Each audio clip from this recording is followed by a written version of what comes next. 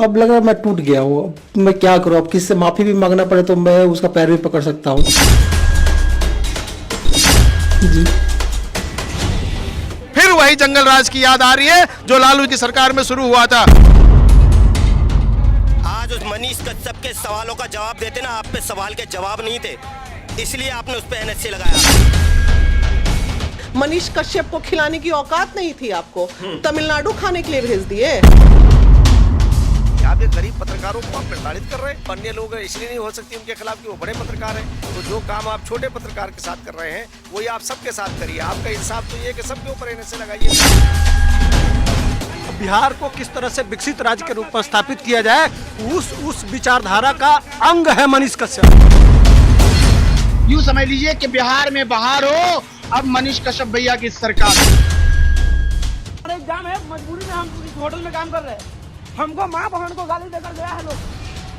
हिंदी वाला क्या गाली है क्या यहाँ पे?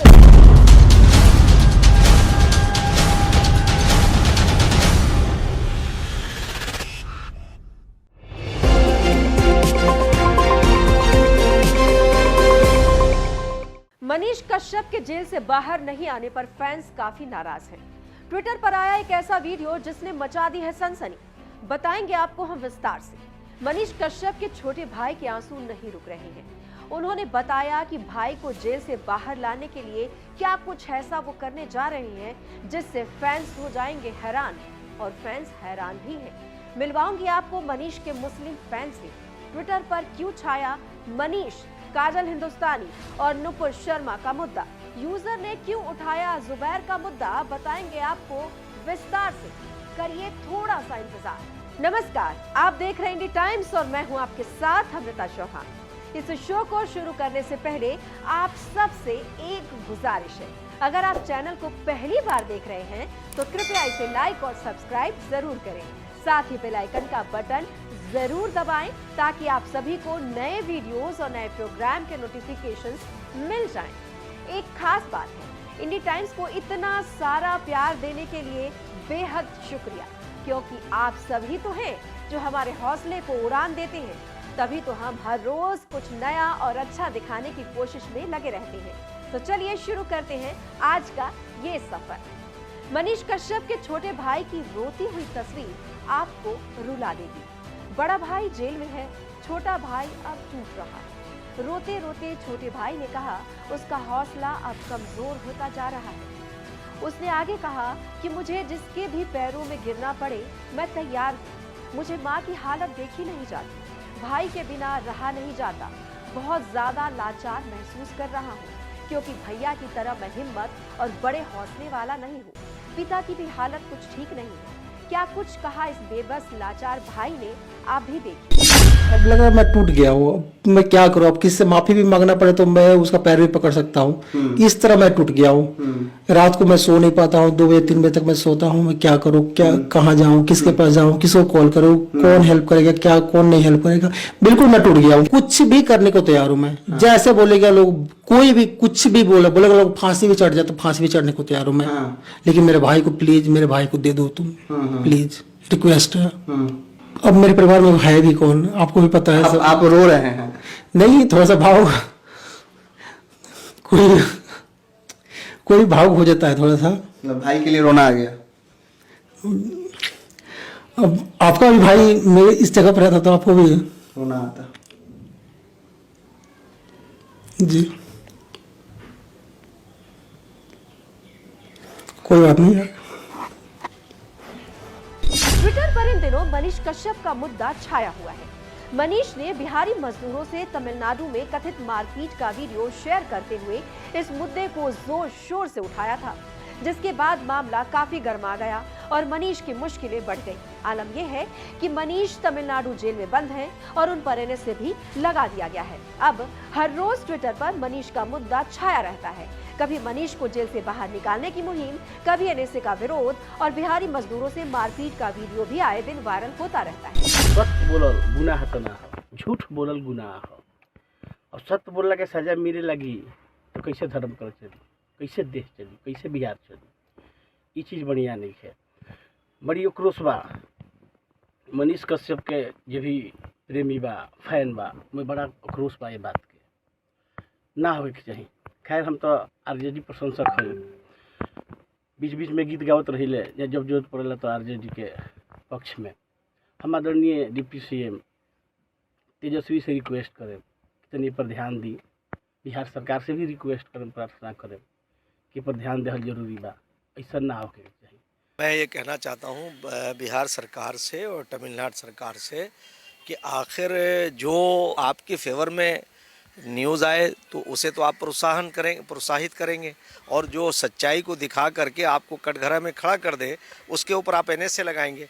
मैं समझता हूँ ये लोकतंत्र के चौथे स्तंभ के ऊपर हमला है और इसके लिए ये निंदनीय है, और फौरी तौर से मनीष कश्यप को, बिहार सरकार को उनसे NSA वापस लेना चाहिए और उन्हें रिहा करना चाहिए। और मैं ये समझता हूँ कि अगर इस तरह से आप पत्रकारों को उनके ऊपर NSA लगाएंगे, उन्हें जेल में डालेंगे, इसका मतलब ये कि आप पत्रकारिता का गला घोटना चाहते हैं ताकि वो आपके खिलाफ कोई जो सच्चाई है वो पब्लिक के सामने न ला सके। कल से ट्विटर पर एक वीडियो वायरल हो रहा है जिसमें एक युवक वीडियो के जरिए बता रहा है कि उसे हिंदी बोलने की सजा मिल रही है, उसे कैसे यातना दी जा रही है। हालांकि इंडी टाइम्स इस वीडियो की सत्यता की पुष्टि नहीं करता है, लेकिन आप खुद देखिए और सुनिए क्या कहा इस युवक ने। गाली देते हैं, हिंदी वालों के साथ खेलते हैं और हम हिंदी वाले सबको खाना खिलाते हैं और ये लोग मारेगा हम लोगों को। हम गवर्नमेंट से एक ही प्रार्थना करते हैं कि हम लोग को इंसाफ मिलना चाहिए। हम लोग हिंदी वाले हैं, कहीं पे काम करते हैं, अगर गाली देता है, माँ बहन को गाली देता है, समझे। आया था लोग, सबको खाना खिलाए हैं, ठीक है ना सर। हमारा एग्जाम है, मजबूरी में हम इस होटल में काम कर रहे हैं, हमको माँ बहन को गाली देकर गया है लोग। हिंदी वाला क्या गाली है क्या? यहाँ पे हिंदी वाला को गाली देगा? बताइए, हम सबको कितना अच्छा से आदर सम्मान से खिलाते हैं। हिंदी वाला गाली देगा? बात बिहारी गाली है? अगर बिहारी गाली है तो आओ, जिस देश के माँ ने दूध पिलाया है, पूरा कर्नाटक को खुला चैलेंज देते हैं कि जो हमको मारना चाहता है आओ मारो, आओ बिहारी को मारो। हिंदुस्तान में क्या लिखा? हिंदुस्तान चला गया तो आओ मारो, जो मारेगा तो आओ। किस देश का माँ ने दूध पिलाया?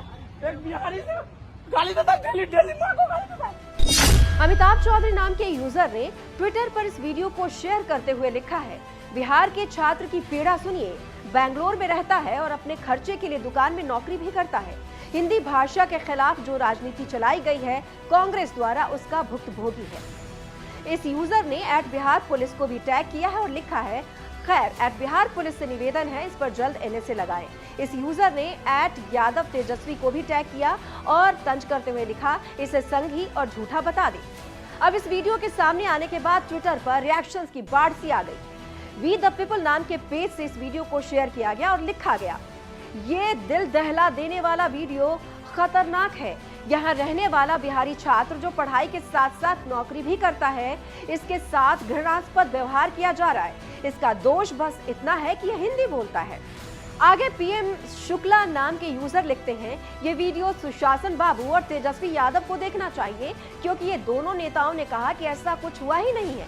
सुशासन बाबू और तेजस्वी, अब तो शर्म करो, पर मुझे पता है शर्म तो तुम लोगों को आनी नहीं है। ये तमाम बातें यूजर द्वारा लिखी गई हैं। आगे विनोद कुमार लिखते हैं, ये भाई सही बोल रहा है, मैंने भी बेंगलुरु में काम किया है। हिंदी भाषियों के साथ ये लोग पक्का छेड़छाड़ करते हैं और उकसाते हैं। अगर कोई थोड़ा हिम्मत दिखाए तो उसे 4-5 लोग मिलकर बहुत ज्यादा मारपीट देते हैं। इसके बाद तो हिंदू और सनातन का मुद्दा भी छा गया और सवाल उठाया जाने लगा कि मनीष कश्यप, काजल हिंदुस्तानी और नुपुर शर्मा पर कार्रवाई इसलिए की गई क्योंकि वह हिंदूवादी थे।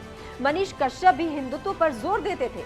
बजरंग दल उत्तर प्रदेश नाम के अकाउंट से लिखा गया कि नुपुर शर्मा, काजल हिंदुस्तानी या मनीष कश्यप, इन लोगों में एक समानता है कि ये सभी राष्ट्र और सनातन समाज के उत्थान की बात करते हैं। कितने काजल जी और मनीष कश्यप को जेल में बंद करोगे? हजारों तैयार खड़े हैं, ये यूजर के द्वारा लिखा गया। इसी अकाउंट से फिर लिखा गया, इस देश में कानून सिर्फ सनातन के समर्थकों के लिए है, अन्यथा एक फेक न्यूज फैलाता है जिसमें कई हिंदू तबाह होते हैं, उस पर कोई कार्रवाई नहीं होती। चलो मनीष कश्यप से गलती हुई, पर इतनी बड़ी गलती तो नहीं थी कि देशद्रोहियों जैसा एक्ट लगाया जाए।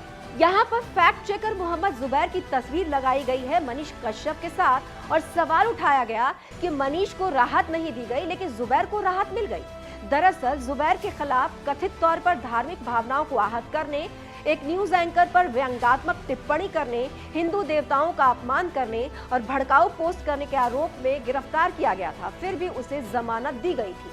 अब काजल हिंदुस्तानी और नुपुर शर्मा पर हुई कार्रवाई पर भी सवाल उठाया गया है। काजल हिंदुस्तानी पर 30 मार्च को रामनवमी के अवसर पर भड़काऊ भाषण देने का आरोप है। काजल हिंदुस्तानी के खिलाफ आईपीसी की धारा 153, 295 ए के तहत मामला दर्ज किया गया।